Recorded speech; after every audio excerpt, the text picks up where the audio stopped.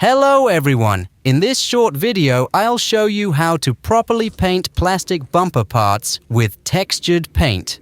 Here's the backstory. I wanted to restore the lower bumper deflector. Initially, I welded it together from several pieces, and I believe it turned out to be quite durable. I mostly tried to weld the plastic from the inside, where it wouldn't be visible. However, since there are some visible repair marks on the front side, I decided to give the entire surface a nice finish so that the part wouldn't stand out from the rest of the front bumper. Before applying the paint, I'll first fill in the repair areas a bit, then apply black acrylic primer, and only after that will I use the textured paint. First, the repair areas need to be leveled, so I sand them down with 120 grit abrasive.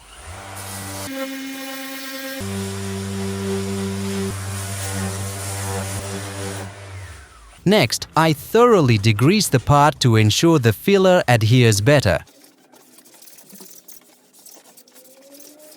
Now, I add some hardener to the filler, mix it well, and apply the resulting mixture to the repair areas of the plastic. By the way, the filler hardens instantly, so it's best to work quickly.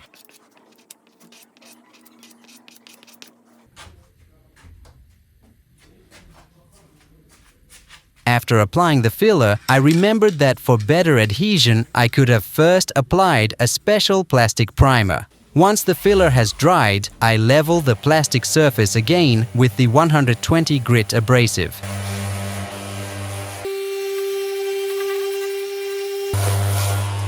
Here's the result. I'll say right away that I wasn't aiming for a perfectly smooth surface, because this part of the bumper will be on the bottom and won't be very visible anyway.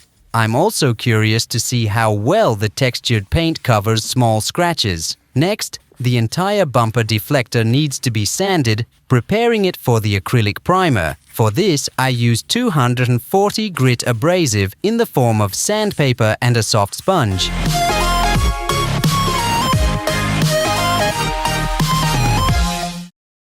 Before applying the primer, I degrease the entire part. Next, I use a tack cloth to remove dust and debris from the plastic. Then, I use a special adhesion primer for plastic and spray a thin layer over the entire surface.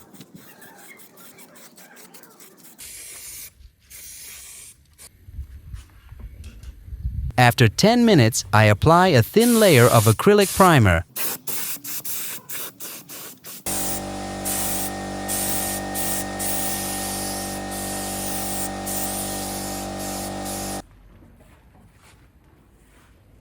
Once the primer has dried a bit, I can apply the second layer.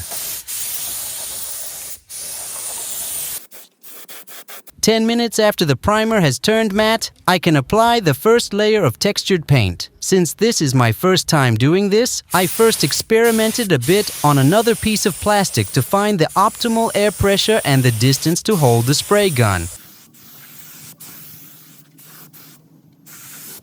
Here's the result after the first coat of paint. Honestly, I thought the scratches would be less noticeable. So, after the first coat has dried a bit, I can apply the second one. After the second coat of paint, the plastic bumper looks better, but the scratches are still there. To get a perfect result, the surface preparation needs to be better. If you spray the paint too close, you'll get a glossy finish like this, which can be easily covered with the next layer. Here's how the area where the plastic was welded now looks.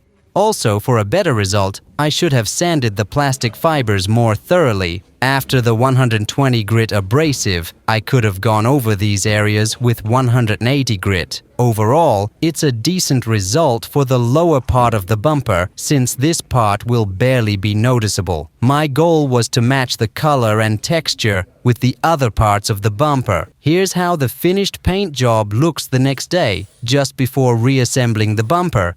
And here's how the plastic part looks after being installed on the car a few days later. As you can see, the color and texture seem to match. That's all for now. Bye!